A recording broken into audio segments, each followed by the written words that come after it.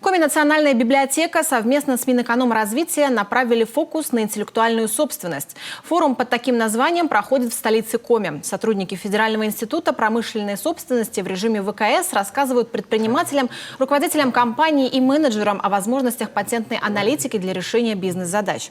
Результаты помогут компаниям определить новые сегменты рынка, зарегистрировать товарный знак и зайти на маркетплейсы.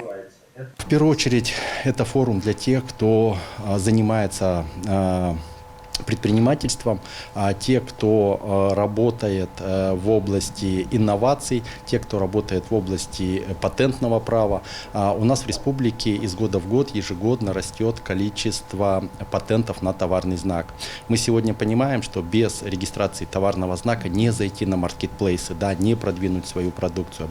В программе форума тренинг от Академии траблшутинга из Москвы. Бизнес-сообщество республики узнает, как правильно выходить из безвыходных ситуаций. А студенты Академии госслужбы из ГУ имени Петерима Сорокина пройдут экспресс-обучение по авторскому праву и охране IT-решений.